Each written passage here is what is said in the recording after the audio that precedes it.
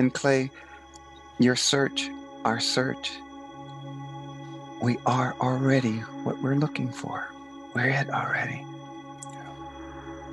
And how to relax into that and trust and be.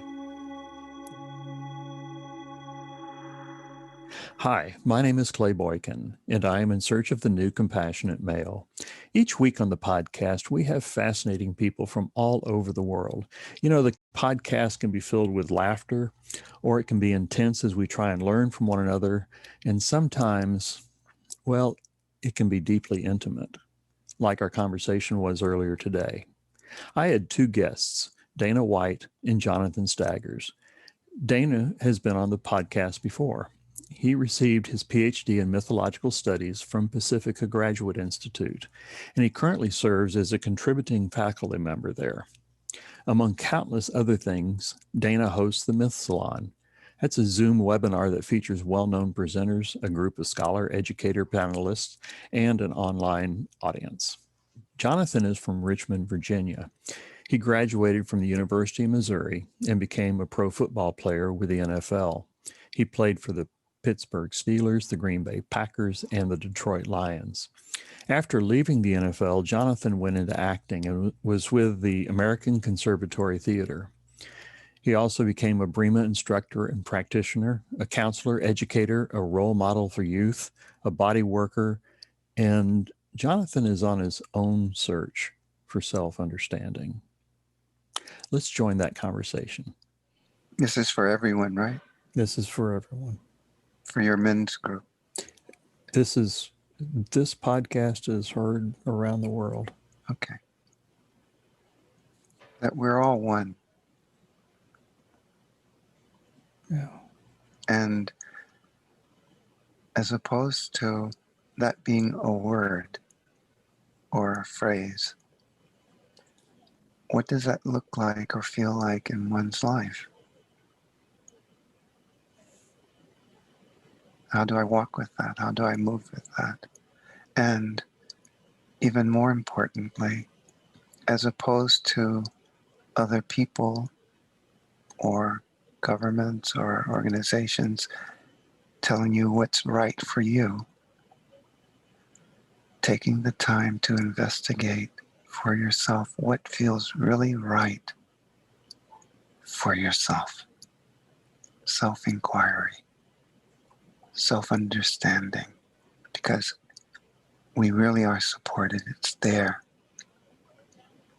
It's there. Do I take the time to really allow myself to hear what's really appropriate and right for me? Yeah. And no one can tell you what that is from the outside. We have that. We all have that. I can only speak to what's alive in me today. That's what I'm going to speak to. Exactly. Yeah. And what has happened in my life between now and when I woke up and what I went to bed with, kind of thing. And in listening to you, in agreement, I have different ways and words of saying the same thing. So my first question would be, when you say the energy coming down, my pulse is that this energy that's coming is about awakening, and so it's a positive. It's an energy that's as I can be receptive, it surfaces the dark in me. Yes. As well as the light. Yes. And what I'm working with is accepting both, not getting rid of anything, allowing the light, the energy to burn up what's dark. And so everywhere in my life where I've not been present, it's surfacing and I'm going, oh, wow, that's still there. And it's not judging myself one way or another. It's, can I be receptive and available to what's coming and not turn away, but be present with it? And in that, something shifts in me. And therefore, if it shifts in me, it shifts, it permeates out, it radiates out. And so I That's what so I'm working with. love I so love how you're saying that, because that's part of the search. That's part of, I'm trying to find the language, and I feel what you've been saying. I love how you've said it. I mean, I was looking at your, kind of your background, and you went from pro football, playing for what, the Steelers, the Packers, and the Lions, to moving into acting, Mhm. and then on from there. I mean, that's a pretty big change. There must have been something going on. Like you, the search to make sense out of this life, Yeah. and me not knowing, I've never known what I'm here to do. And so I could be a chameleon. I can watch, observe, and then I can do it. I can like, as a receiver, as football, I would watch and then, okay, I got that. And I can make it my own. And so that's a good thing, and then it's not such a good thing because I really don't know who I am. Hmm. And so I came from a pleasing background. In other words, very insecure, very needy, really wishing and wanting to be loved and accepted and appreciated. And so therefore, I can feel, I know it. Okay. Oh yeah, I can do that. And that's going away from yourself because I don't know who I am really. And then I take on what other people say that I am. Okay, I can put on that coat. Yeah. And then I forget that I put on a coat. How many kids were in your family? A brother and a sister. And where did you fall in line? I was the first one. Oh, the first one. Okay. Yeah, All right. yeah. Well, I can so identify with the pleaser. Mm, I was the third of four children, mm, and two older sisters and a younger brother. mm, And I was the peacekeeper, mhm, and it was peace at all cost. So I really identify with what you're saying. mhm. Yeah. And yet, how did that serve you? And how does that serve you now? That's it. It serves me now because I'm awakening to it. I'm embracing that. I'm taking, this is what I've learned. And, back in 2012, I was at this place where, I was coming back out of my dark night of the soul. And I said, I've got to figure out how to connect with another man, because there's some things I can only learn from another man, but I was brought up not to trust men. Mhm, And I got to figure out how to get over this. And so I started a men's circle, and it was different. We didn't, not the traditional men's group, we call it, and it's a men's fellowship network and not a group. We have gatherings and not meetings. We have topics of conversation and not topics of discussion. Nobody's there to fix anybody or call anybody out or shame anybody. We're there for me to learn how to connect my head and my heart, and to find the language that I didn't have when I was a child, to speak from here, from the heart. And wow, to sit amongst 10, 15, 20, 30 men in a circle and hold that reverence as we are all struggling through some aspect of that is golden. And it's my early life experiences shining new light on them and being able to bring what I've learned to the circle. When we have 15, 20 guys in that circle, we've literally got over 1,000 life years of experience right there. What did this guy learn from being the peacekeeper, or this experience or that experience? And to create that sacred space where we can nurture one another into speaking from here. There's a sacredness to it. It's a kind of a contemplative circle. listening and listening to your language, because for me it's I only speak one language, and what I'm working on is the language of love, right? Yeah. And so and everyone has a particular way of sharing that. And so it's learning a language each time to find out the words you're using that may be completely different than mine, but what you're saying is exactly the same, but it may be the opposite word. And so it's taking the time to understand what you mean by the words you use. This is podcast number 84. Okay. And every person is expressing with their own language. You know, I was on a taping the other day with a gentleman from India, and we were talking about leadership, and he described wholesome leadership. And it's exactly what you're saying. He was using different words as I would describe servant leadership. Yeah. And we were like two jabbering magpies. We just enjoyed the contrast of agreeing and saying it differently. Yeah. And having that, meeting all these people from around the world and experiencing that. And it's a tremendous education for me. And I'm really grateful to have it. That fits your search. And in essence, diversity is the unity. Sure is. I want to just breathe with that for a minute. Yeah, of course. Yeah. You know, there's times on the show when something like that gets said, and it has to have space to breathe. Yeah. And I appreciate that.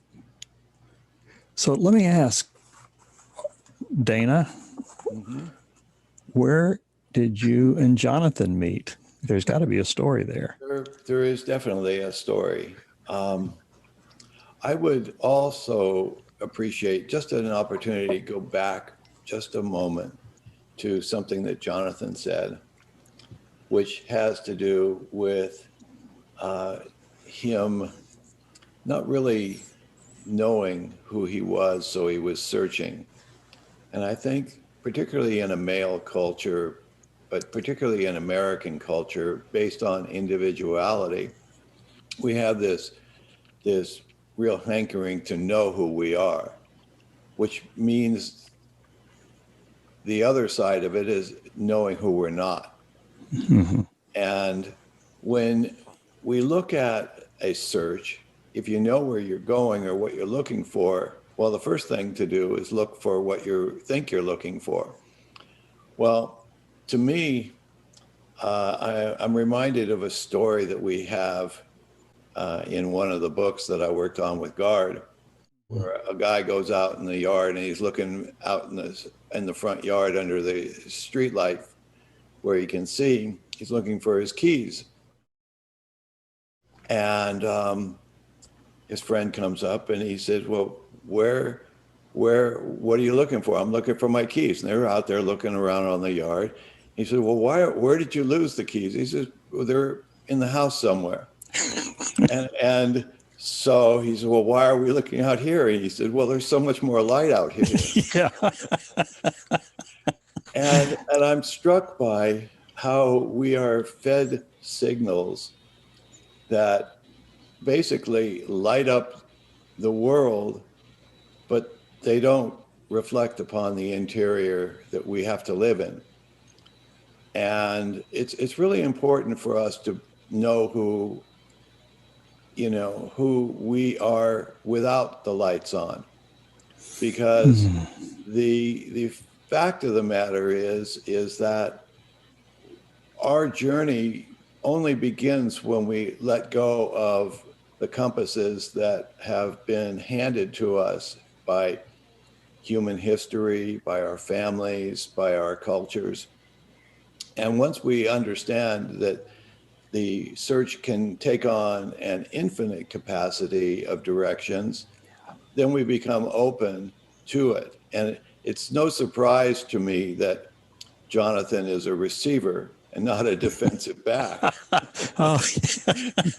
Because, he handles things. He has things come to him that he feels with a grace and elegance.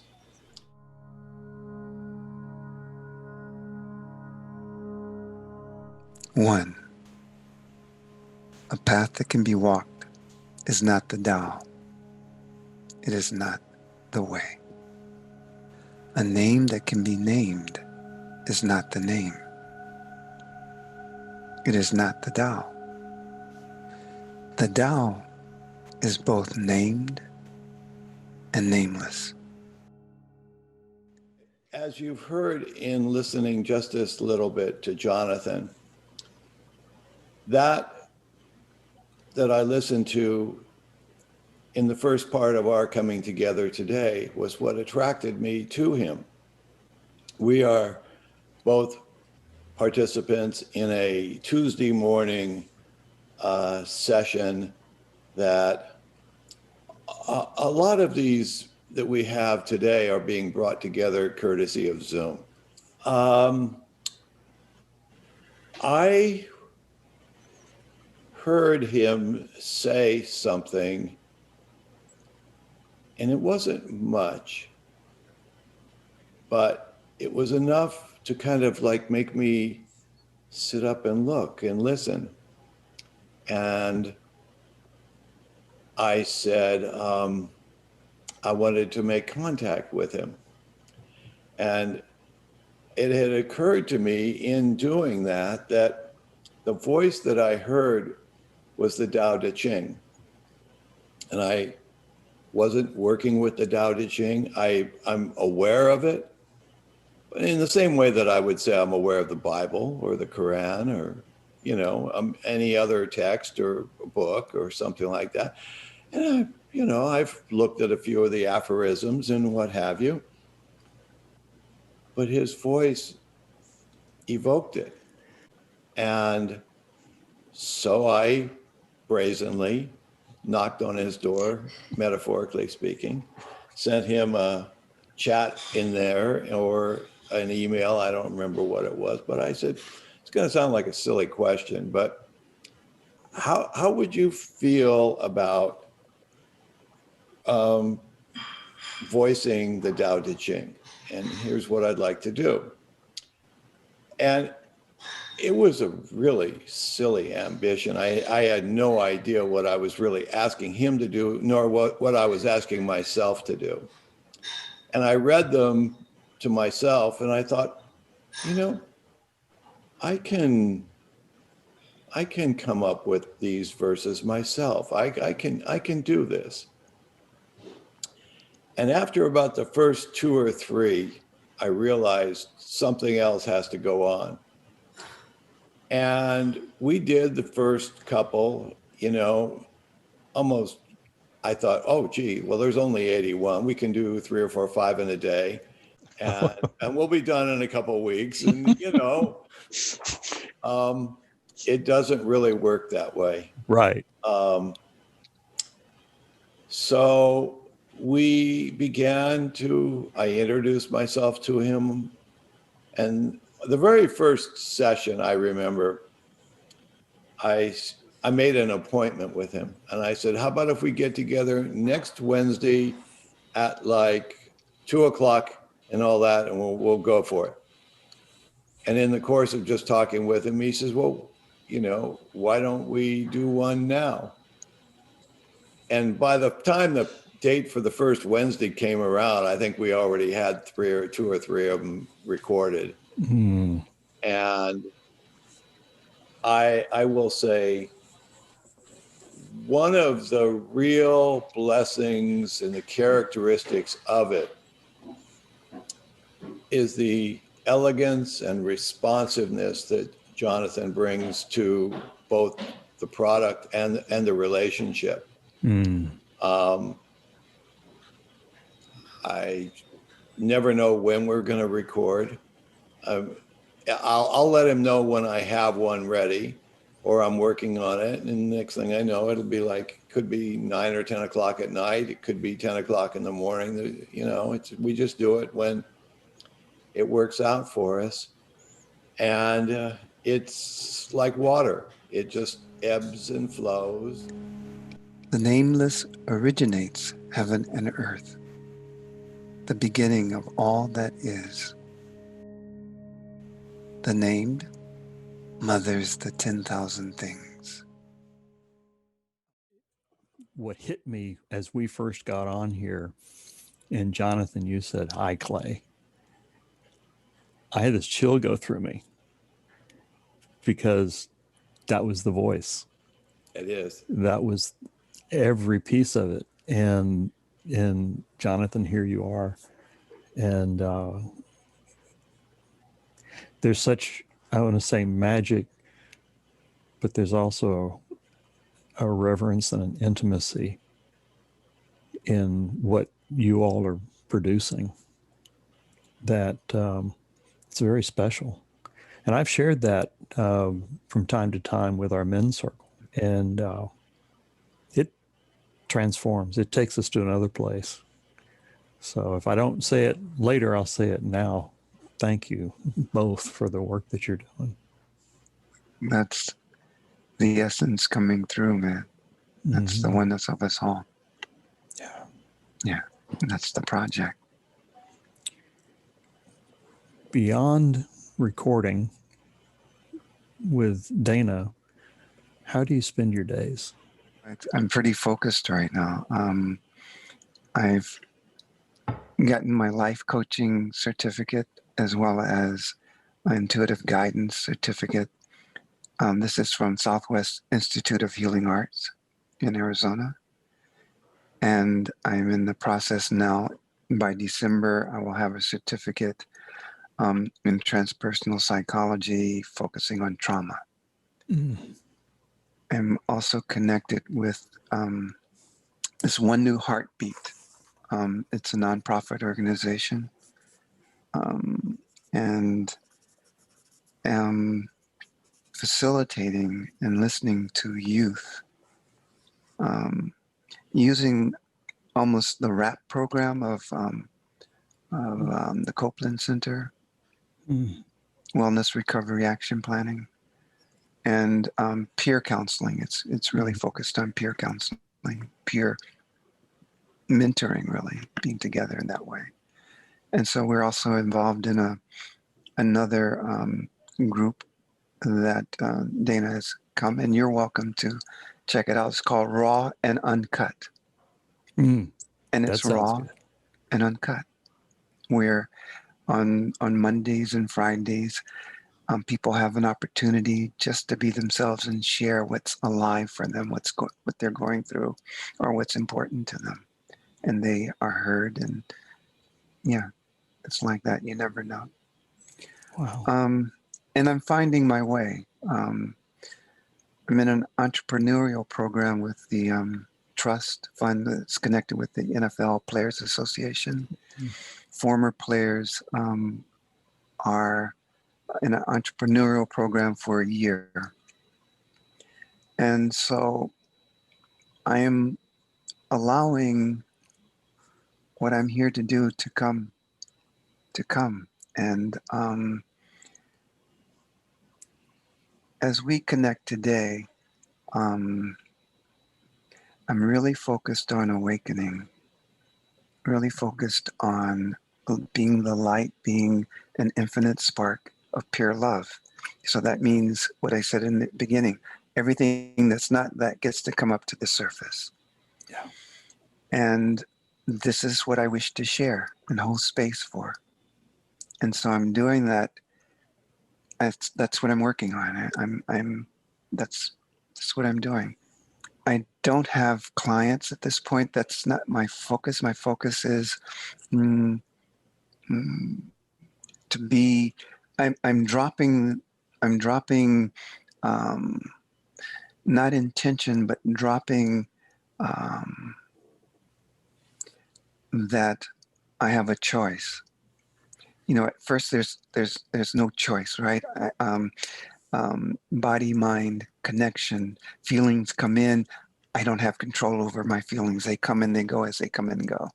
And as I can stay with that connection of body and mind, then the feelings come in, and then I have harmony. I'm in connection. This is Breema. body work and body movement for self-understanding, self-realization. Then, oh, I can choose. I literally can choose. Yeah. Then letting that go, going back to this master teacher that I met in '83, it was non-duality, Advaita Vedanta. And his first statement to me was, you have to stop trying to be somebody. And of course, my conditioning is, it's not that I have to try and be somebody. I have to be better than just to be okay. And so that was the focus and condition, of going through high school, going through college, professionally. You can't be just good. You have to be better than, because of the color of your skin, because of on and da da da da. Doesn't matter. Da da da da da da da da. On and on and on. And that's so ingrained in our culture. Of course. Mm. Yeah. And so coming out of sport, I thought I wasn't attached, but I was very attached to being somebody. And I couldn't just take a normal job. I did. I started driving as a courier, and I started pursuing acting. And so that was kind of freeing. You know what I mean? It's like, because I was completely focused most of my life. And so I was focused on this. And the acting really was about being able to express how I feel, because I never knew how I felt, nor could I express it. And I was afraid to even go into it. Yeah. And so acting really supported me in just being able to verbally say how I feel. I know. I could do it on the field. Yeah, but I couldn't do it in my Yeah. I get that. Let me ask you a question. Sure. You were talking earlier about trauma. Mm-hmm. Can you speak more about that? I'm going to speak about my mom. Right now, she's 93 going on 94. And she's kind of losing it in terms of her mind, dementia or Alzheimer's. I don't know quite what it is. But she'll call, and really needy. She's done something really wrong, and did something to the veterinarian that takes care of her dog, and that she can no longer go there. Mm-hmm. Another time, her tax person, she did something wrong, and she can't, she won't see her. I have found that that's not really the case, but in herself, and to me, that's trauma. Yeah. It's trauma. It's deep and old. And so being with her now is supporting me to really unconditionally love, and to be gentle and firm, to say, is that really the truth? To question it, and to hold space, and then to find out. Yeah. So, and I would say, on a broader scale, I have taken myself to be somebody. That's trauma. Say more about that. Oh, if I take myself to be African American, if I take myself to be American, if I take myself to be a male, if I take myself to be whatever role I'm playing, I've put on the clothes, and I've forgotten that these are just clothes that I put on. Yeah. And I identify with, that's who I am. These clothes that I put on, that's me. And they're just clothes. Mm-hmm. And so that's trauma. Because I'm living my life from that perspective. Mm-hmm. And that's not scratching the surface. And Clay, your search, our search, we are already what we're looking for. We're it already. Yeah. And how to relax into that. and trust and be. Yeah. That's Thank what you. I'm working on, man. I'm talking to Yeah. myself. Yeah, I hear you. And I really thank you for saying that. You know, I talked to 100 men and I'll ask them, I said, you know, are you a compassionate man? And about 99.9% of them will say, yes, I'm compassionate. And then I'll ask them, I said, well, what does that mean? And I get this sideways look because most of them can't express it. And that's as much why I'm asking. That's why I'm in this church, to raise that question. What does it mean to be compassionate? So the people that either I'm talking with or here can reflect and say, well, what is compassion to me? You know, am I really compassionate? I know that, you know, Stanford University and these different studies suggest that compassion is innate, that we're born with it. And it has to be nurtured or it gets shut down. And that's what we run across. I work with the Charter for Compassion, a wonderful organization. You may have heard of it. No, I don't. Yeah, Karen Armstrong actually won the TED Prize in 2008 for her TED Talk, saying that, you know, compassion is the essence of where we all are, because all the major religious traditions of the world have one thing in common. It's the golden rule. Compassion is an expression of the golden rule. You know, doing to others as you would have them doing to you. Now, I'm going to mess this up a little bit, but the Jewish one is don't do something to somebody else that you don't want them to do to you. You know, that almost rings louder to me, you know. But when she spoke, it really gave me, it really, I could really grasp hold of that, because before then people say, well, it's all about love. How do you grab hold of love? But when she spoke about compassion as it being love in action, now I can make it, and it's not always this way, you know, but for me, it's tangible. So you're saying earlier, Jonathan, that settling into a particular part of your being or your personality or whatever we want to call it, in other words, narrowing yourself down to one self rather than all the possible selves, is a trauma-inducing circumstance. I'm more saying what I identify with is what I've taken myself to be. I'm in trauma. I have As a result of not being all the other possibilities?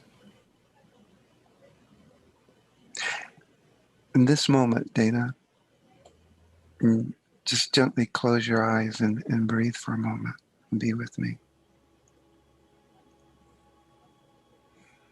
And who are you? What comes to you?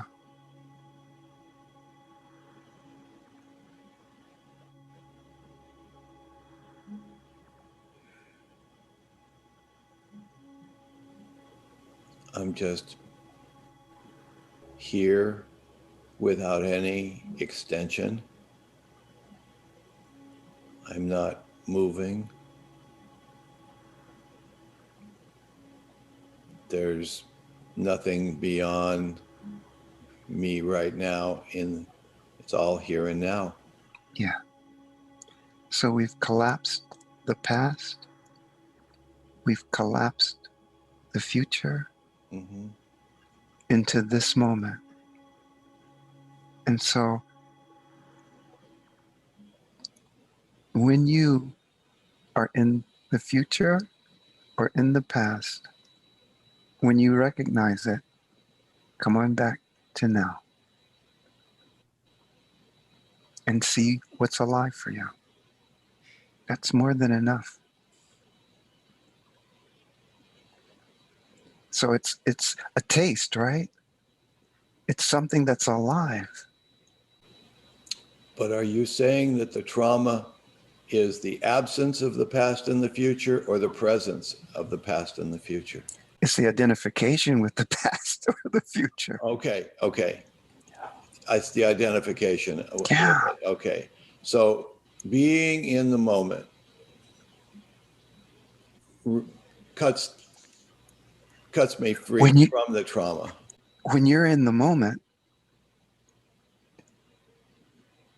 that's where it is. You're alive. Yeah. Okay. And if you're thinking of, oh, I'm this, you're no longer in the moment. It's gone. Well, that's why I wanted to clarify what it is, because I believe that to the extent that we can sustain the zone and be in the now and elongate that and continue it one moment at a time without breaking peace with it and having to re-enter a world in which we have to connect and identify and do all the things that we do as beings in a populated world. The world itself, we become able to deal with it, but there is a degree of trauma every time we engage one another. But I still think that living in that moment of harmony with where we are exactly right now is a place of emptiness, infinite potential. Yeah. You know, it's everything that you and I are putting into the words that we create in our project. I mean, if I take time with what you're saying, I'm not going to say that I'm 24/7 in the moment. Mm-hmm. It's, oh, and I come back to the moment. Mm-hmm. Oh, I'm out. Oh, and less am I judging myself, making myself right or wrong or good or bad when I am and when I'm not. But we have a reference point. We have a grounding. And there's a taste to that. Yeah. And there's a taste when I'm not that. Mm-hmm. And that brings me back. And so for Jim Drever, that's being triggered. The triggers supports him coming back. That's what he means by that. I mean, it's think about sport. When you really look at it, as men, I intuitively could pick up where your weakness is. That's what athletes do. They observe, they track, they see, okay, that's where you're weak. Okay, got you. So that's what you take advantage of, right? Mm-hmm. So that eventually the person that's weak in that spot becomes strong because that's what everybody's doing. And so he's got to work on it, right? Or she. Mm-hmm. They work on it. And so that becomes a strength. Not because they went away from it, but because they really went at it. And they go, oh, okay, they keep doing that. So I gotta get that part of my game up.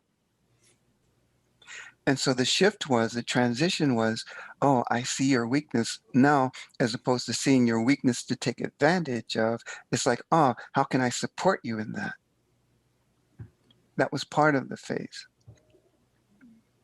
Now it's seeing the wholeness of the person regardless, and they move through the process as they need to move through the process because you're holding the space for it.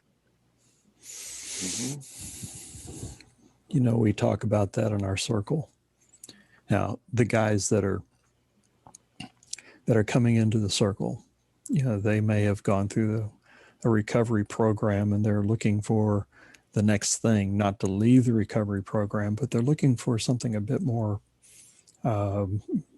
maybe they interpret it as more positive.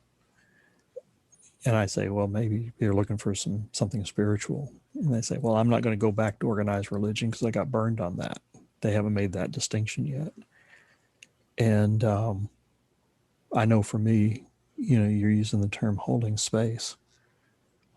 We learned about it through the trauma that was experienced by men living their life.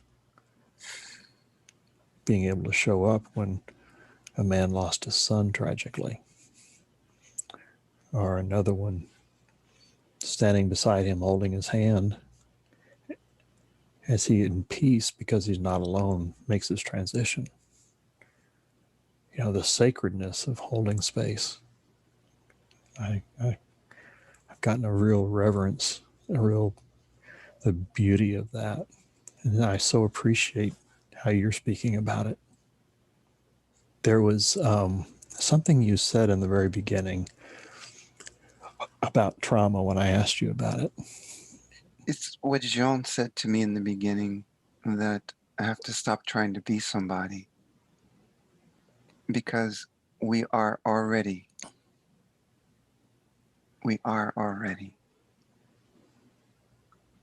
So that's really, if I'm looking for myself in all the wrong pockets, that's pretty much a lot of trauma. How does a person unwind that trauma? I mean, I can't just all of a sudden be, okay, I'm going to be here now, boom. Becoming present, becoming aware, and seeing, it's literally seeing what we're not. What you see is what you're not. What I see is what I'm not. Tell me more about that. That I've taken myself to be. I take myself to be a particular way. Yeah. If I can see that, I'm no longer in it. There's some space. I have space. I went to Costco, and I was needing to get a card, and it was my turn, but this guy wanted to serve this woman, and she said, "No, you," meaning to me, "You go ahead." And I said, "No, you go ahead." And the guy went to the woman, "You come." And she goes, "No, you go." I go, "Oh." The guy goes, to the woman, "You come." I could have interpreted that in so many different ways. Mm-hmm. But what I'm working on is to hold space for myself. And that's what happened. Nothing was personal. I wasn't identifying with being a male, she being a female, or he's wanting to serve her, and I'm African American, so therefore, Mm-hmm. all of that, and none of that. I was free in myself, and then later I reflected, oh, okay, that's what happened for me. It's beautiful. Yeah. As you were talking about that, I thought to myself, well, can I have it both ways? Can I hold space for myself and be present and be somebody in the world? You are exactly what's needed in the moment. And if that's how you operate, that's cool. I'm only sharing how it comes through me. How it comes through you is how it comes through you. Mm-hmm. This seems like such a incredibly difficult thing to get to that place of presence, to get to that, well, Danny, you use the word still point. Mm-hmm. I passed by it. I passed through it. Oh, there it was. And I passed by. Oh, there it was. But to be able to, I was going to say rest at that place, but I don't know that there's any rest about it being totally present. What do you think, Dana? I think that you can either try to be there or you can try not to be there. But either way, the still point and being present is unavoidable. And it doesn't matter where we are the present has a really compelling habit of grounding us when we least expect it. And it's just a part of reality that draws us into it and we pass through it. Now, a lot of times we are oblivious to it. We don't pay any attention to it. We just are caught up in the activity. And we're most present when we don't notice that we are. The thing of being caught up in the, I'll go back. I'm going to, at the risk of stepping into a pro athlete's conversation. I mean, Get out of here. Hey, anything goes on this one. No. But, you know, there's Get out of nothing. here. He's going to go, this guy thinks he knows what he's talking about. I mean, No, you know, that's his conditioning. that's my conditioning.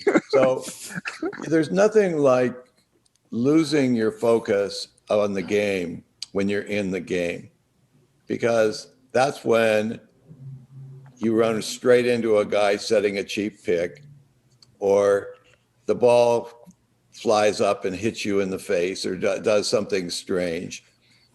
It is so easy to fall out of the zone because there are just distractions everywhere. The world is filled with 10,000 things that are attempting to seduce us away from being where we are. And they jump up. It could be just an errant thought. It could be something you're running along, and the next thing you know, you're not paying attention to what you're doing, and down you go. My sense is that that's part of the human mind's ability to manufacture alternate realities that it seeks to put us into. And those are equally unsustainable. The difference is that if we manifest the idea of being present, then we're using the grounding of being present as the reference or starting point for all of the rest of our behaviors. If we use the external motivations of our behavioral patterns as the reference, all we're dealing with are techniques.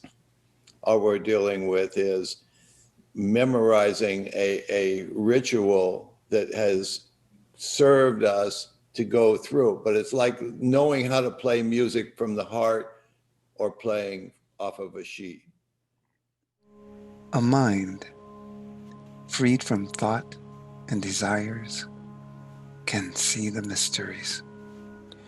Reflected only by its own perceptions, the mind mirrors the forms of existence. Merging within itself and connecting to all that is, the mind beholds both the essence of the Tao and its manifestations arising from the same source.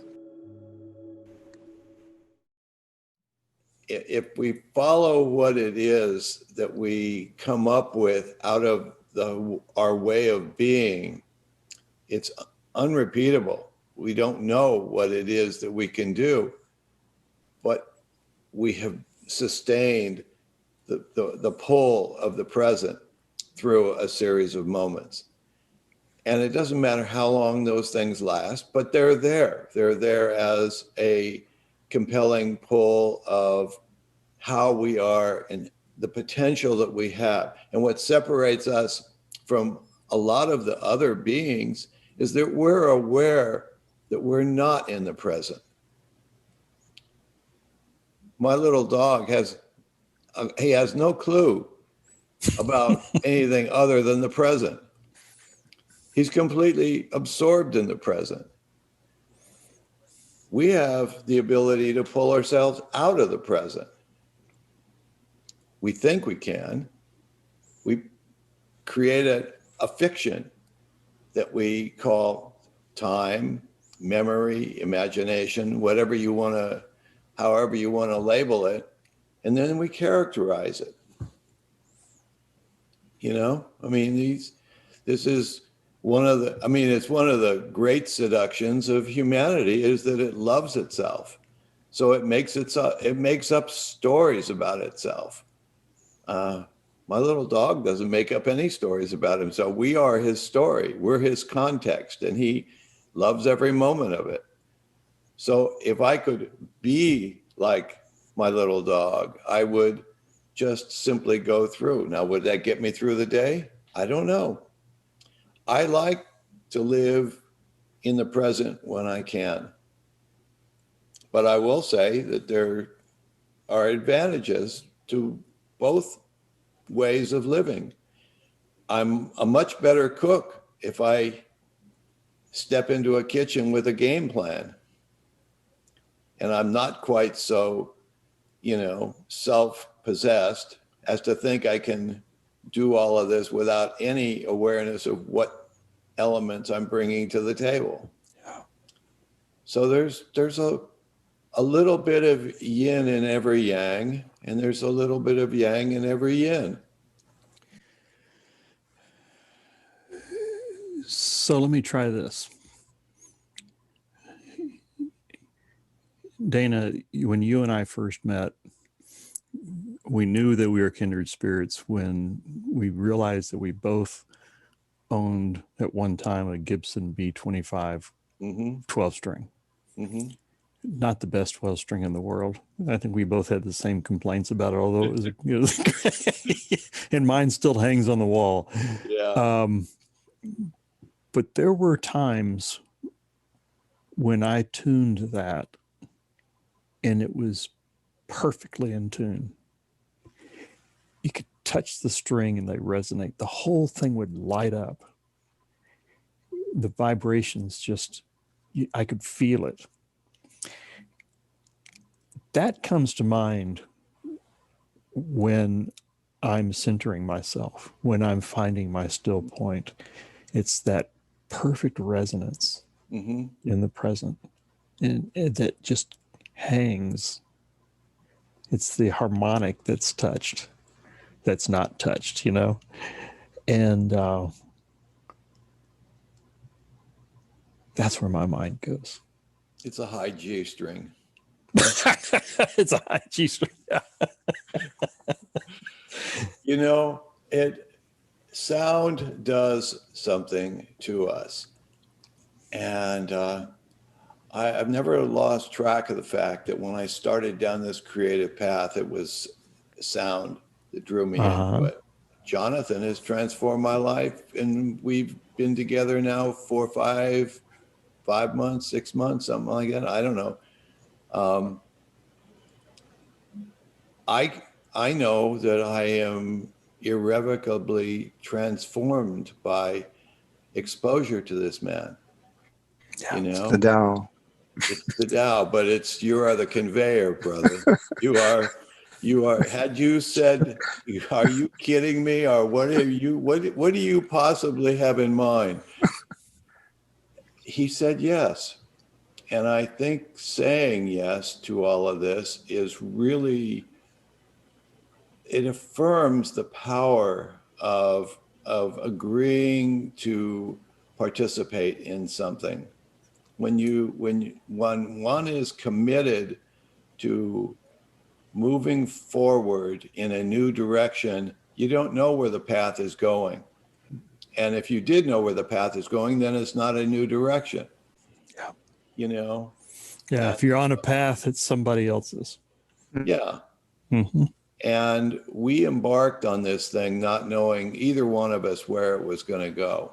And it's gotten deeper, it's gotten wider, it's gotten longer. Everything about it is more expansive. And it's the nature of the content that we're working with. Tao and existence may appear different, but in truth, it is only the human mind that separates itself from the whole, from which it bestows names upon the nameless. There's a gift to participation in this, to transforming both of ourselves going through this. It's a magic there's a magic dance Mm. that I'm witnessing outside looking in. You're not outside.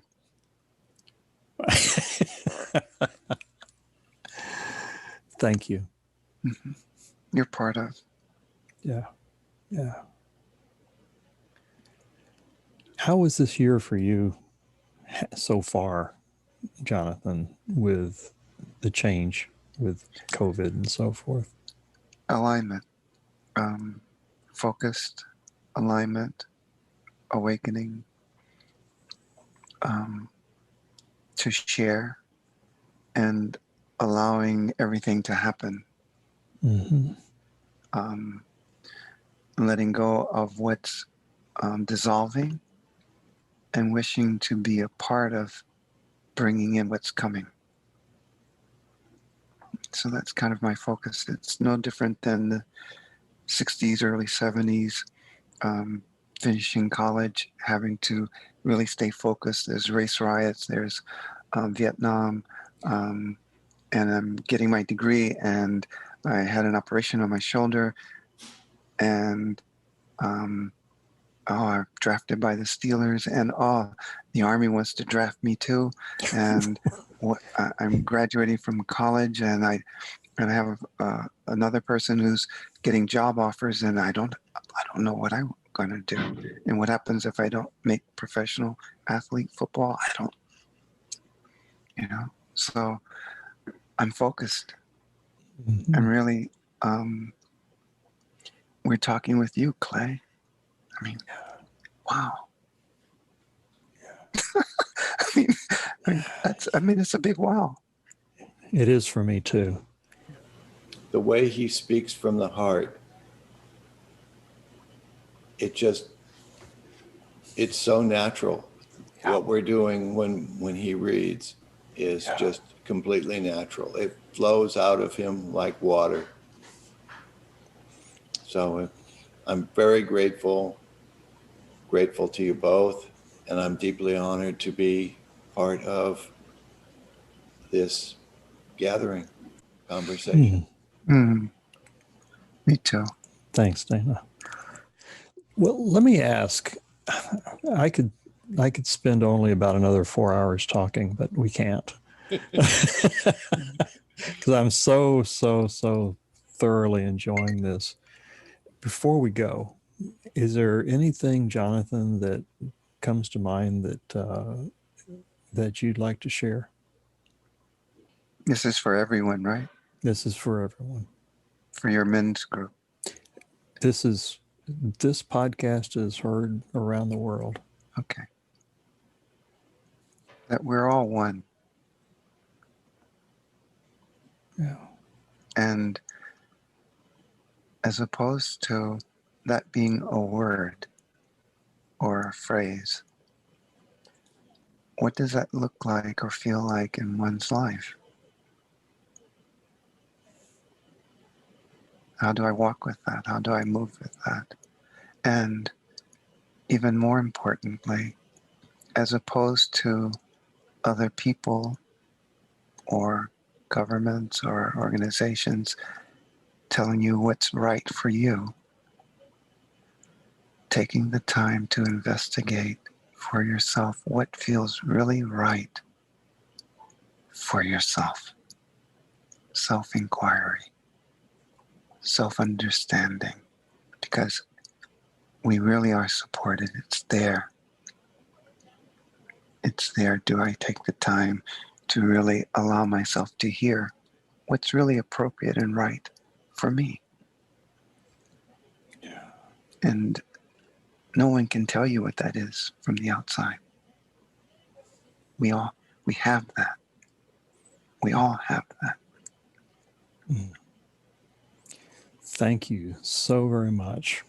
And thank you both, Dana, Jonathan, for walking side by side this afternoon as we've had a chance to get to know each other a little bit deeper and to share it with the world. Me too. Thanks, Dana.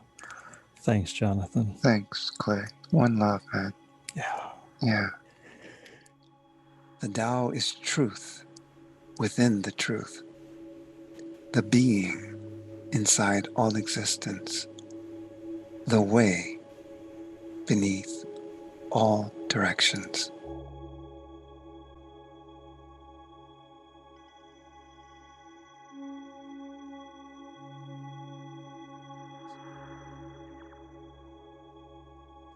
For more information about In Search of the New Compassionate Male, visit newcompassionatemale.com.